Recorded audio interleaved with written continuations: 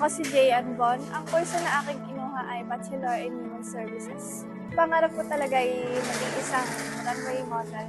Pero dahil malayo siya sa buhay namin na meron ako, so ang gusto ko na lang ay yung magkakameron talaga ako ng pera.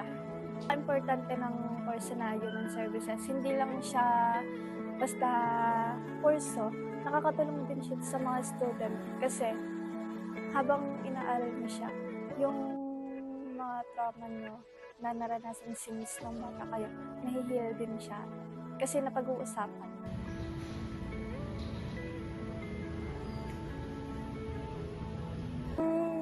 Ginagawa ko talaga dito ay, isa talaga akong scholar ng Sister Teresa of Santo Niño Center, and ang ginagawa ko nga ay tumutulong dito sa center para maging malinis at mapanatili yung linisan nitong center. Tapos, dahil scholar siya, bayad niya lahat ng pangangailangan ko sa school, like tuition, uniform, basta lahat ng kailangan ko sa school. Tuwing weekdays, gumigising ako ng maaga, dahil bago tumuti, kailangan before 6 nandito na. And then, mag-a-assist ako ng mga bata, ayusin ko yung mga kakainan nila, and then, pagdating nila, huhugasan ng kamay, tapos syempre kakain sila, so mag-a-assist ako. Tapos pagkatapos nila kumain, niligpitin ko yung mga pinagkainan, then gagawin yung mga iba pang gawain dito sa paligid, gaya ng pagwawalis, pagdidilig, pag hindi umunat ka.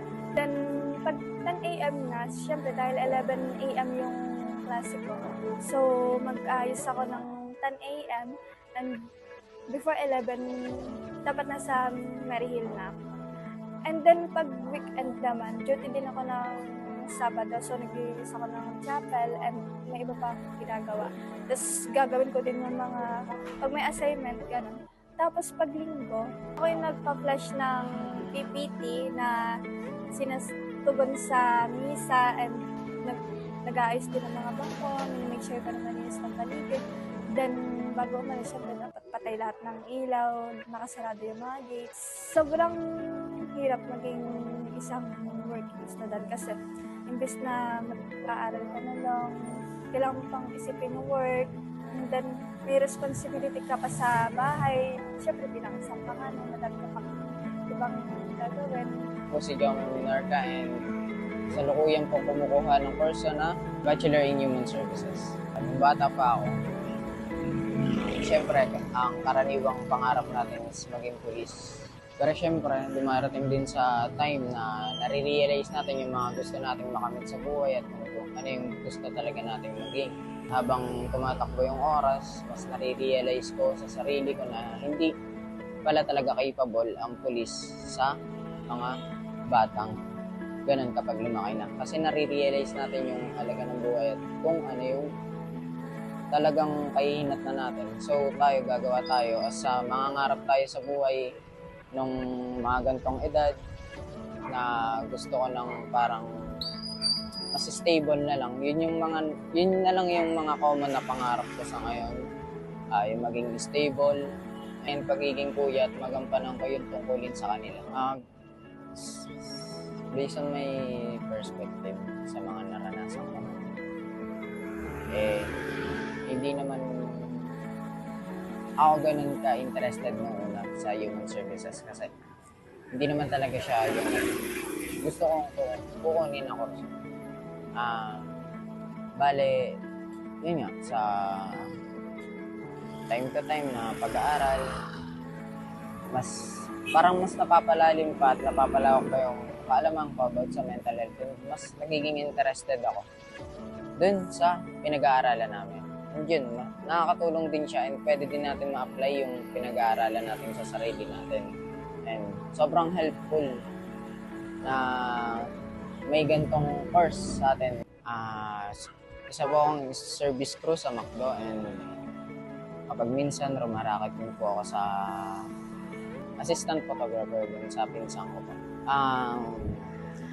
Kaya naman, kaso lang yung physical health and emotional health madadamay kasi uwi mo madaling araw and papasok ka sa school ng umaga, parang napaka mahirap sabayan and yung health mo hindi na nagiging stable.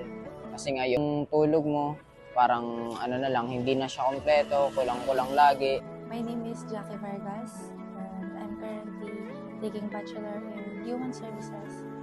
So, dati po, originally dream ko po talaga as a kid is maging doktor. And ngayon pong nagtitake po ako ng Human Services. Same in helping profession din naman po siya. Different field lang.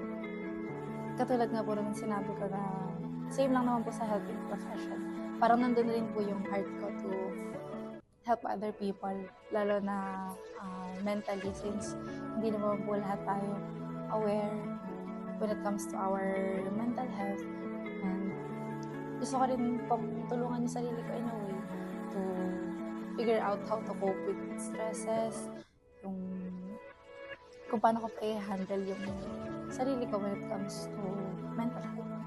I'm a service crew po sa McDonald's, and it's very challenging for me po as a first year college student when it comes to balancing the schedule po, kung paano ko masisingit yung time ko sa pagpasok at pag-duty sa store. And usually po, nag-i-start po siya sa gabi if closing po ako or graveyard shift po ako. Pag closing naman po is na duty po ako ng 6 p.m. to 1 a.m. And then, kinabukasan po class ko is 8 a.m. Minsan naman pong graveyard shift, napasok pa ako ng 12 p.m. to 6 a.m. And then, diretso class na rin po ako para hindi na rin malate po ganun. Pasok sa duty. Hindi lang po sa schedule, but yung physically and mentally nakaka-drain po siya.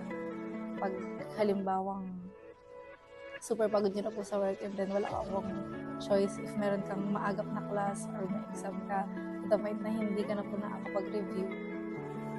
It's very challenging for me po as a working student since mahirap po mag-balance ng time all around naman po ako when it comes to service, hindi lang po ako sa kitchen. So, nagkaka-share po ako sa delivery, sa Food Panda, and then minsan po nasa lobby area din po ako yung nagbabas out po ng tables, yung sumusunod sa mga sa mga customers, pag nagpapakuha po sila ng tubig, gano'n. And para naman po sa mga working student na katulad ko, wag po kayong hinaan ng loob. Isipin po natin na yung bad times po natin, meron at meron din pong good times. Sa mga working student na katulad ko, sa mga nahihirapan, huwag kayong sumuko at isipin niyo yung dahilan kung bakit niya ginagawa yung pagsasabay ng pag-aaral at pagtatrabaho, at isipin niyo din yung mga inspirasyon niya, kagaya ng magulang, kaibigan, at lalong-lalo na yung sa sarili niyo. Kung ako working student dyan, tuloy lang tayo sa pag-abot ng ating mga pangarap. Darating din tayo, gagraduate din tayo sa ganito, sa pagiging working student, and maabot din natin yung mga gusto natin matupad. Yun, konting hinga lang, makaka-graduate din tayo. Padayan lang.